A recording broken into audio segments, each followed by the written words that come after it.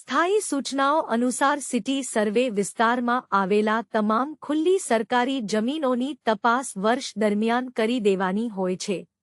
પરંતુ તેવી તપાસ વખતે કે તે પછી દબાણ થયું હોય તેવી જાણ થાય તો તેની નોંધ દબાણ પત્રકમાં રાખીને દબાણ કરનારને જમીન મહેસૂલ અધિનિયમની કલમ 61 અન્વયે નોટિસ કાઢવામાં આવે છે અને સંક્ષિપ્ત તપાસ દરમિયાન પુરાવા માંગવામાં આવે છે અને પુરાવાના અભાવે તેને સરકારી જમીન ઉપરનું દબાણ ગણીને તે ખુલ્લું કરાવવા નોટિસ આપવામાં આવે છે।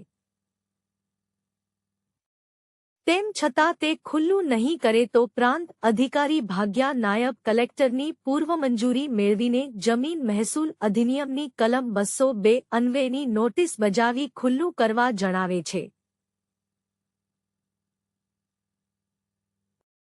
તેમ છતાં દબાણદાર દબાણ ખુલ્લું નહીં કરે તો સરકારી ખર્ચે તે ખુલ્લું કરાવવામાં આવે છે અને તેનો ખર્ચ તથા દબાણદાર પાસેથી જેટલો સમય બિનઅધિકૃત રીતે સરકારી જમીન ઉપર કબજો રાખ્યો હોય તેટલા સમય માટેનું મહેસૂલી વર્ષ પ્રમાણે કલેક્ટર ઠરાવે તે ભાડું તથા દંડ વસૂલ લેવા કાર્યવાહી કરે છે।